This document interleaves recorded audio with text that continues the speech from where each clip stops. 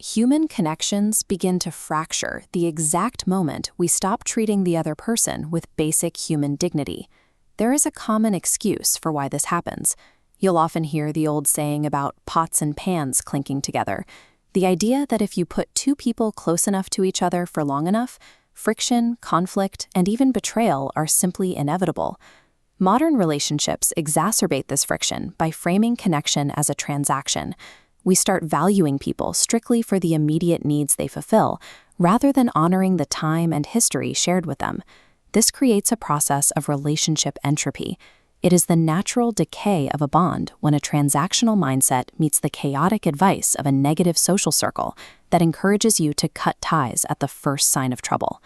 That decay accelerates when constant new distractions enter the picture. The modern world presents endless novelties that pull our attention away from established commitments.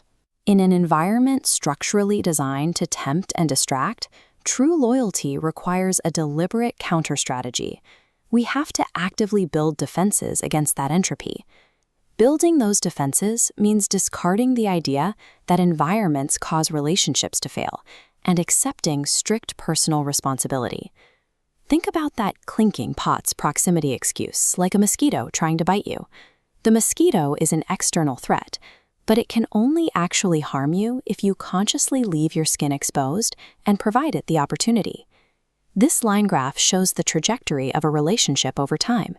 That trajectory is dictated entirely by moments of valuation. When one person stops appreciating the other, a moment of devaluation, the trend line takes a sharp drop. Actively remembering your initial meeting and the time you've invested acts as a shock absorber. It creates a literal anchor in the timeline, stabilizing the connection when things get difficult. Stability also relies on empathic boundaries. This means refusing to engage in behaviors you would hate to experience yourself. When you apply that rule, you develop a firm, exclusive mindset. If your commitment is truly assigned to one person, the number of available external options automatically drops to zero. These boundaries and practices of valuation are not passive feelings. They are active, structural defenses designed to neutralize entropy before it takes root. But personal boundaries eventually collapse under pressure unless they are bound together by a stronger, overarching principle. That binding agent is metta, a concept of deep, loving kindness. It is distinct from fleeting lust or simple preference because it demands an active, persistent goodwill toward the other person. Applying metta naturally filters out careless individuals. It repels those who operate with a boundaryless, anything-goes mindset that damages trust. Traditional frameworks like the 38 Blessings or the Lokaniti serve as operational manuals for personal integrity, tested over centuries. Anchoring yourself in these ethical blueprints actively transforms your surroundings. Instead of a destructive environment of bad advice, you cultivate a network that supports your values. While modern psychology helps us understand the mechanisms of a relationship, these ancient ethical principles map the actual blueprint for stable, resilient modern connections. The reality of the human condition is permanent.